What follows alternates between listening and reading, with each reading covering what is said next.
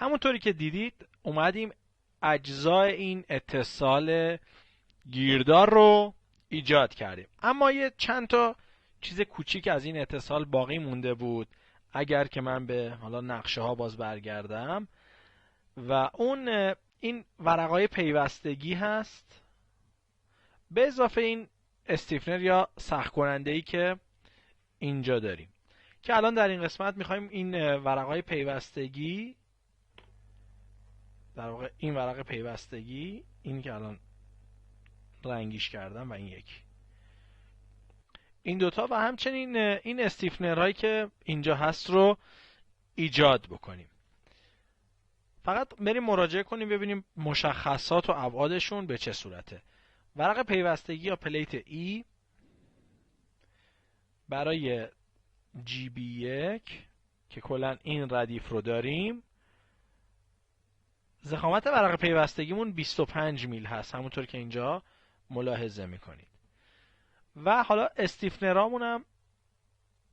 استیفنرهایی که داریم هم ضخامتشون 10 مثل بقیه استیفنرهایی که توی جان تیر داشتیم. خب اول من میخوام ورقهای پیوستگی رو ایجاد کنم. این کار خیلی خیلی راحت هست، منتها برای اینکه این کار دقیق انجام بشه من این کانستراکشن لاین های اینجا رو پاک میکنم، دو تا کانستراکشن لاین جدید ایجاد میکنم. از در واقع وسط ضخامت این عمود میکنیم به اینجا، یه ورق در واقع یه کانستراکشن لاین ایجاد شد و اینجا هم باز همین کار رو انجام میدم. خب حالا الان میخوایم ورق پیوستگی ها رو ایجاد کنیم. از این در واقع کانستراکشن لاین میخوام استفاده کنم و در حقیقت کمک بگیرم که دقیقاً ورق پیوستگی هم روی امتداد این ورق روسری زیرسری ایجاد بشن. خب از منوی دیتیلینگ کامپوننت کاتالوگ همین استیفنر رو سرچ میکنیم که قبلا هم حالا سرچ کردیم. قبلا ما اومدیم برای استیفنرهای تیر از این مالتیپل استیفنر یا کامپوننت 1064 استفاده کردیم. الان نمیخوام چند تا استیفنر ایجاد کنم، میخوام یه جفت دو طرفه تو یه موقعیت ایجاد کنم، پس از 1003 استفاده میکنیم. یه دبل کلیک اگر روش بکنیم تو قسمت پارت ضخامت رو 25 میدم، بقیه مشخصات لازم نیست. و حالا اینجا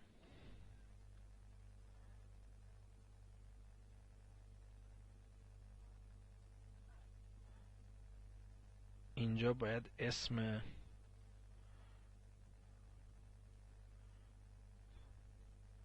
ورق پیوستگی رو دادم،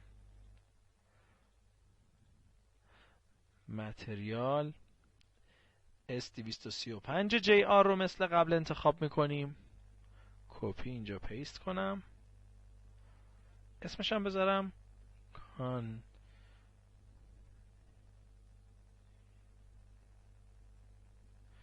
ورق پیوستگی. حالا دیکته‌ش هم سری زدم، نمیدونم شاید اشتباه کرده باشم دیکته‌ش رو. خب تا اینجا اپلای بزنیم اینا ذخیره بشن. بقیه پارامترها نیاز به تنظیم خاصی نداره، اینو اوکی میزنم. حالا یک کلیک اینجا انتخاب اون در واقع جانی که میخوایم روش این ورق پیوستگی ایجاد بشه و حالا در امتداد این امتداد درست اتفاق نیفتاد، یه کنترل زد بزنم یه بار دیگه، حالا درست شد. خب و یه بار دیگه حالا قبل از اینکه اون یکی هم کانتینیتی پلیت پایین رو بزنیم هم ببینید اینجا رو که این الان ورق پیوستگی در دو طرف جان ستون ایجاد شده. خب اما حالا ورق پیوستگی های پایین، یک کلیک اینجا میزنم و حالا اینجا یک کلیک میزنم.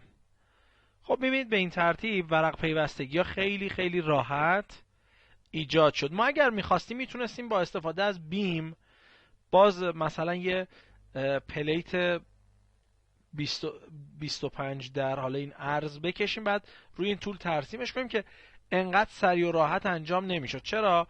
چون الان خود این کامپوننت برای ما اینا رو جوش هم داده، حتی این گوشه هاشون هم پخ زده که ما جوش بال به جان ستونمون هم اینجا جا بشه.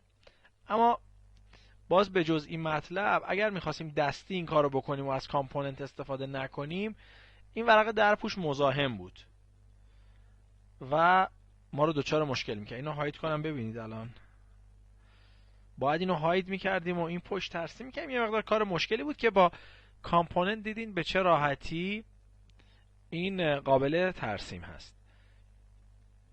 اما به جز این کاری که الان انجام دادیم، ما یه جفت جان هم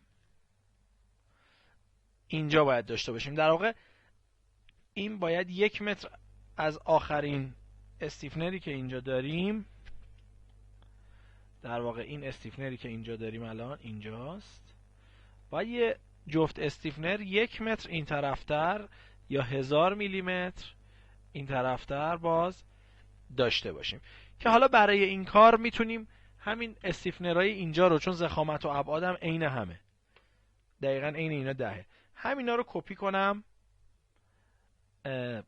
این طرفتر. خب به پلان 6000 برم، این بال رو هاید بکنیم، این یکی بال رو هم هاید میکنم. خب حالا الان این یه جفت سخت کننده یا استیفنرمو میگیرم، باید کپی کنم در واقع 1000 میلیمتر به سمت چپ. کپی، بالا باید یه امتداد مشخص کنیم. ببین من وقتی امتداد مشخص میکنم، اینو حالا شاید لازم بهتون توضیح بدم. مثلا کجا؟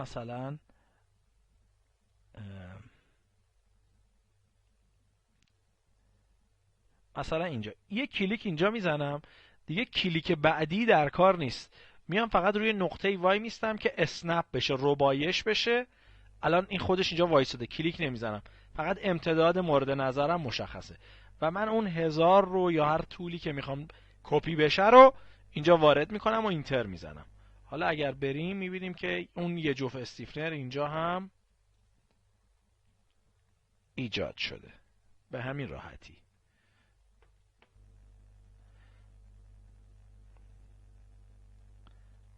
یه رید راویو هم میذارم که باز مجددا هرچی هاید کردیم به وضعیت نمایش برگرده. کارمون هم که تموم شد، حالا میتونیم این کانستراکشن لاین ها رو دیلیت کنیم از روی کیبورد دیلیت، یا اینکه اصلا بذاریم باشن، مشکلی نداریم باشون، یعنی بود و نبودشون مشکلی ایجاد نمیکنه. خب پس به این ترتیب الان این اتصال ما، ورقای پیوستگی و حتی این استیفنرش به طور کامل ایجاد شده.